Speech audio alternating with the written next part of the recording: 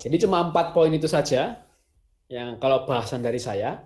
Pertama, ini review sedikit ya. Pertama adalah kota Sodom yang erat kaitannya dengan homoseksualitas. Nah, maka dari itu kita tahu dari pengajaran gereja, perbuatan homoseksual itu tidak baik dan tidak dapat dibenarkan, itu jelas alias dosa. Tapi kecenderungan homoseksual bagi gereja adalah merupakan suatu percobaan atau cobaan lah buat mereka. Mereka atau manusia homoseksual ini harus dilayani dengan hormat, dengan kasih sayang dan dengan bijaksana.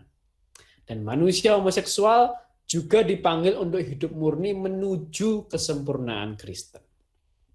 Hal yang kedua saya bahas tentang menoleh ke belakang ya. Seperti istri Lot, begitu juga pengikut Kristus yang menoleh ke belakang. Tidak layak untuk kerajaan Allah. Maka dari itu singkirkan penghalang keselamatan dan penghalang untuk melayani Tuhan. Dengan hanya berfokus pada Tuhan atau pada panggilan Tuhan. Lalu tentang Lot, kita belajar beberapa hal. Lot adalah gambaran orang benar yang tersiksa oleh karena keputusannya yang salah. Yang hanya berdasarkan nafsu, kenyamanan, dan kekayaan. Dan Lot juga gambaran orang benar yang sedikit banyak telah terpengaruh dengan lingkungan sekitar yang jahat. Nah, poin keempat tentang malaikat Tuhan yang barusan. Jadi kita minta pertolongan, kita minta bantuan, kita minta perlindungan dari malaikat Tuhan. Begitu. Nah, paling 4 poin ini dari saya. Nah, ini masih ada waktu, ini masih belum jam 9. Mungkin apakah masih ada yang mau memberikan tambahan, atau memberikan kesaksian, atau mungkin mau bertanya. Nah, itu juga boleh. Monggo silakan, mungkin masih ada yang mau. Ini masih ada sedikit waktu. Mungkin 1 atau mungkin 2 orang. Monggo silakan.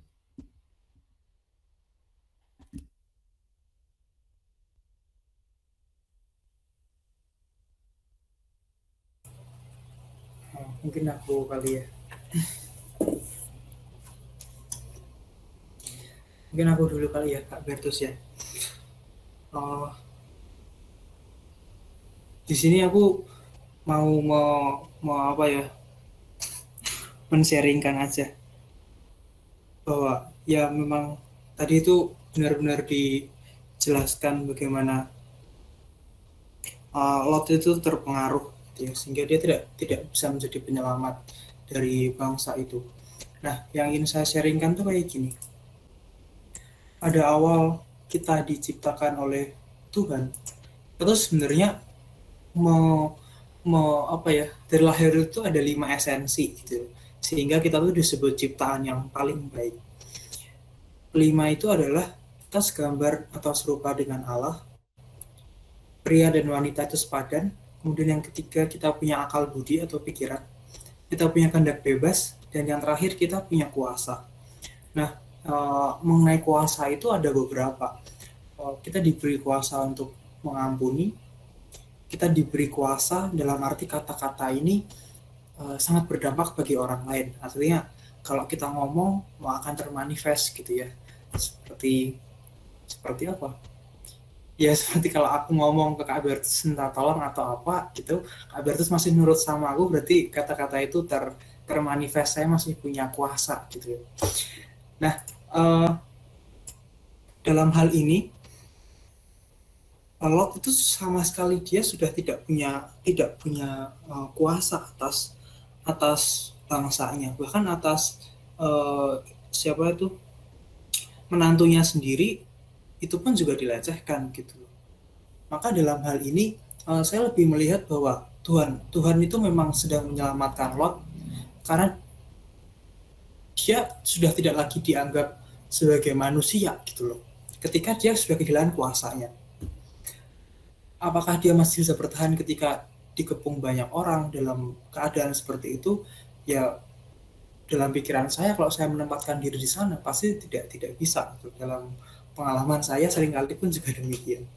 Nah, jadi itulah yang menyebabkan sebenarnya Tuhan itu ingin menyelamatkan Lot gitu ya. Bukannya bukannya menggunakan Lot ini sebagai penyelamat bagi bangsa dan lain sebagainya. Jadi itu bagi saya itu ada beda konteks. Tidak seperti yang minggu lalu ya, barangkali diselamatkan karena ada 10 orang benar atau apa. Nah ini adalah kasus yang sangat ekstrim sekali gitu ya.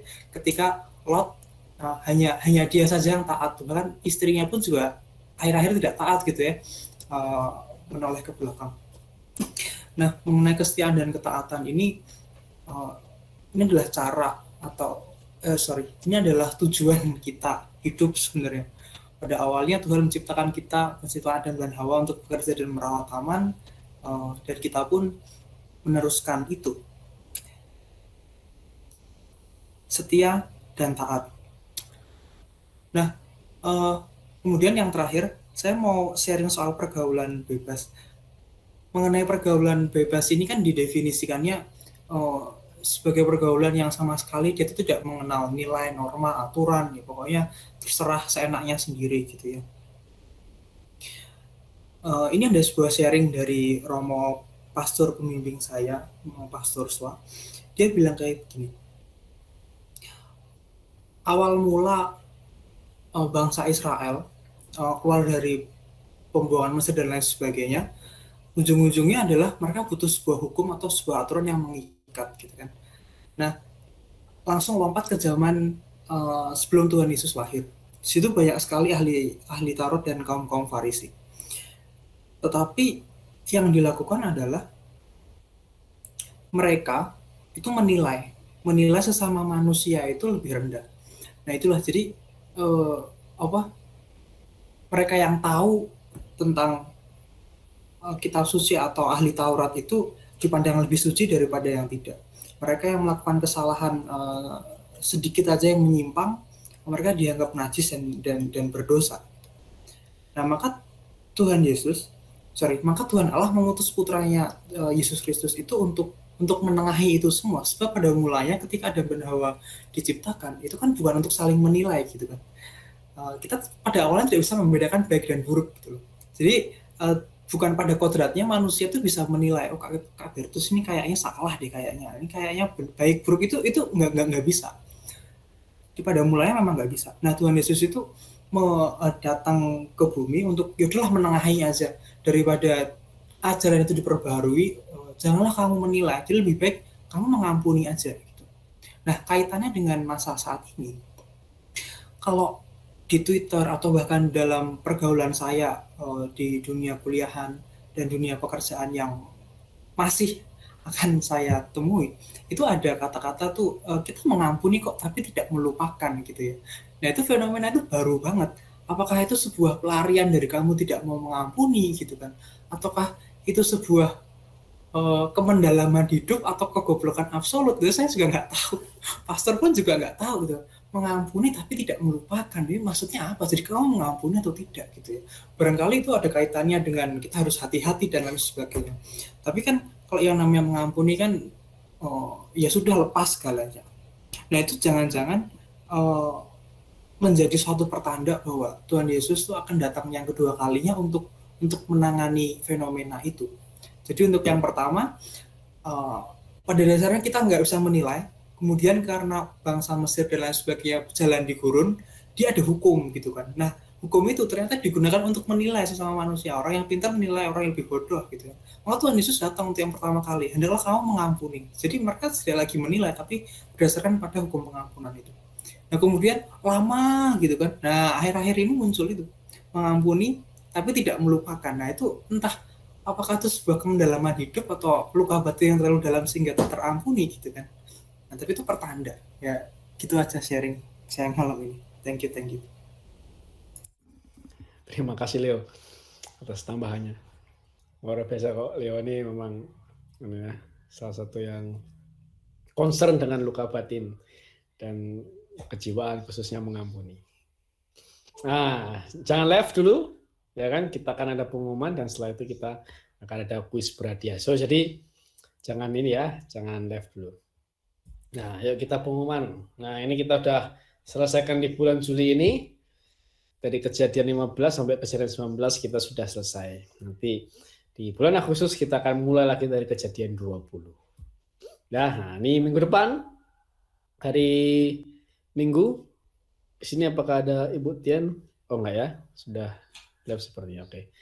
Nah, ini besok Minggu kita kembali lagi persekutuan doa, ya kan? Jadi semua diundang, teman-teman Bapak Ibu, setiap hari Minggu, besok Minggu 1 Agustus jam 3 sore, ya kan? Kita ada persekutuan doa. Lalu setiap hari Jumat, Sabtu dan Selasa kita akan ada doa syafaat. Miracle Room itu kita doa syafaat. Jadi besok Jumat dan Sabtu kita ada rosario jam 8 malam, dimulai dengan pujian dan penyembahan, lalu dilanjut dengan rosario. Nah, minggu depan kita akan bergabung lagi di Just Hope. Kita akan membahas tentang Kejadian 20 ayat 1 sampai 18, Abraham dan Abimelek. Dan tadi saya sudah buka sedikit kartunya ya, bahwa minggu depan kita akan bahas tentang doa para kudus. Dasarnya apa? Dasar biblisnya jelas ada, apalagi dasar tradisi suci dan magisteriumnya sangat jelas ada. Nah, itu minggu depan kita akan bahas. Dan ketiga acara ini semua linknya sama. Jadi link yang Bapak Ibu gunakan untuk masuk ke JES ini itu sama juga untuk besok Minggu, untuk setiap Jumat, Sabtu, dan Selasa, dan untuk setiap Kamisnya. Jadi monggo kalau teman-teman Bapak Ibu mau meng-sharekan link ini, monggo silakan, ini terbuka untuk umum, dan acara ini gratis ya, tidak dipungut biaya.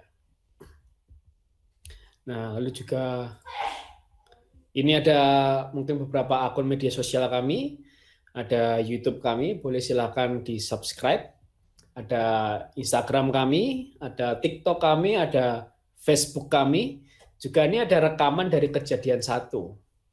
Ya, jadi semua rekaman dari Kejadian 1 sampai Kejadian 19 ini semua ada di bit.ly/rekaman Just Hope. Nah, ini mungkin kalau teman Bapak Ibu pakai laptop bisa di-scan ya, QR-nya itu bisa langsung menuju ke link yang dituju. Nah, sebelum kita selesai, nah seperti biasa kita mau ada kuis.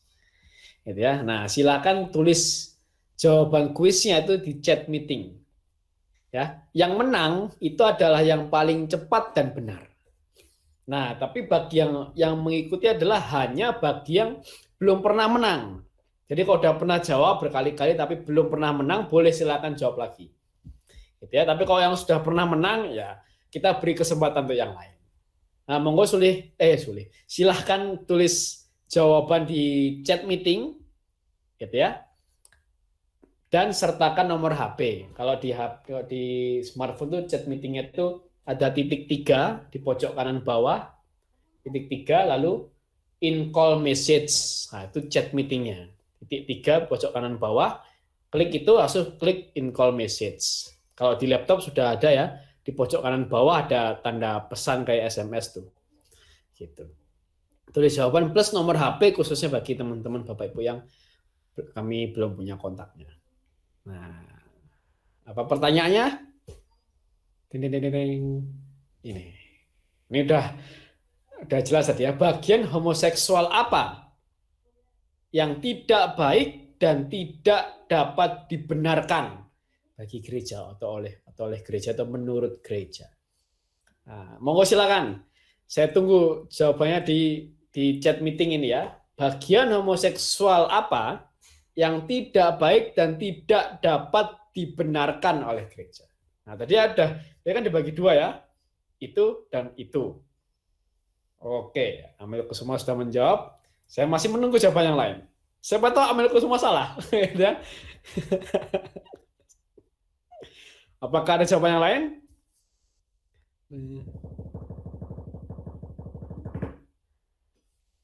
Apakah ada jawaban yang lain? Bagian homoseksual apa yang tidak baik dan tidak dapat dibenarkan oleh gereja? Homoseksual tidak prokreasi kali ya. Oke, sudah ada 3 penjawab. Masih adakah yang mau menjawab? Ini terbuka untuk umum ya, untuk semua yang mengikuti Google Meet malam hari ini. Ya, ini terbuka untuk umum. Jadi siapapun yang ada di Google Meet malam hari ini, monggo silakan jawab. Siapa lagi? Saya tunggu 10 ya. 10, 9, 8, 7, 6, 5, 4, 3, 2, 1. Oke, kita coba buka slide-nya. Bagian homoseksual apa yang tidak baik dan tidak dapat dibenarkan oleh gereja. Kita coba buka lagi slide-nya. Yang gambar tadi ya. Nah, bagian apa? Perbuatan homoseksual. Nah, itu yang tidak baik dan tidak dapat dibenarkan. Itu bagi gereja. Jadi pemenangnya adalah Amel Kusuma. Selamat kepada Amel yang sudah memenangkan kuis pada malam hari ini. Ya, jadi ini ya, manusia homoseksual dibagi dua ya, perbuatan homoseksual dan kecenderungan homoseksual. Ya, perbuatan homoseksual yang tidak baik dan tidak dapat dibenarkan, tapi kecenderungan homoseksual ini merupakan suatu percobaan. Nah, selamat kepada Amel Kusuma sudah menang pada kesempatan kuis malam hari ini. Mari kita mau tutup temuan jazz kita malam hari ini. Yang luar biasa ya, kita mau tutup dengan doa penyembuhan batin dalam tidur. Mari kita buka dalam nama Bapa dan Putra dan Roh Kudus. Amin. Tuhan Yesus melalui kuasa Roh Kudus, hadirlah pada masa laluku sementara aku tidur. Sembuhkanlah segala luka dalam batinku yang pernah kualami. Luka karena kurang kasih sayang dari orang tua dan sesama. Luka karena pengkhianatan. Luka karena penolakan. Luka karena pelecehan. Luka karena penghinaan. Biarlah dengan darah-Mu Kau jadikan aku utuh kembali. Semua hubungan persaudaraan yang sudah rusak dengan keluargaku maupun dengan saudaraku, sembuhkanlah ya Tuhan. Dari segala ketakutan, kecemasan, kegelisahan, keputusasaan, sembuhkanlah aku. Hadirlah Engkau ya Tuhan, supaya aku bisa mengampuni diriku sendiri, mengampuni sesamaku, mengampuni situasi yang menyakitkan. Bantulah aku ya Tuhan, supaya aku dapat mengambil akar pahit yang ada di dalam hidupku. Dan isilah hatiku dengan kasih-Mu dalam tidurku malam ini. Terima kasih Tuhan, dan berkatilah aku. Amin. Bapa kami yang ada di surga, dimuliakanlah nama-Mu, datanglah kerajaan-Mu, jadilah kehendak-Mu, di atas bumi seperti dalam surga. Berilah kami rezeki pada hari ini, dan ampunilah kesalahan kami seperti kami pun mengampuni yang bersalah kepada kami, dan janganlah masukkan kami ke dalam pencobaan, tetapi bebaskanlah kami dari yang jahat. Amin. Salam Maria, penuh rahmat Tuhan sertamu, terpujilah engkau di antara wanita, dan terpujilah buah tubuhmu Yesus. Santa Maria Bunda Allah, doakanlah kami yang berdosa ini sekarang dan waktu kami mati. Amin. Salam Maria, penuh rahmat Tuhan sertamu, terpujilah engkau di antara wanita, dan terpujilah buah tubuhmu Yesus. Santa Maria Bunda Allah, doakanlah kami yang berdosa ini sekarang dan waktu kami mati. Amin. Salam Maria, penuh rahmat Tuhan sertamu, terpujilah engkau di antara wanita, dan terpujilah buah tubuhmu Yesus. Santa Maria Bunda Allah, doakanlah kami yang berdosa ini sekarang dan waktu kami mati. Amin. Kemuliaan kepada Bapa dan Putra dan Roh Kudus, seperti pada permulaan, sekarang, selalu, dan sepanjang segala masa. Amin. Dalam nama Bapa dan Putra dan Roh Kudus. Amin.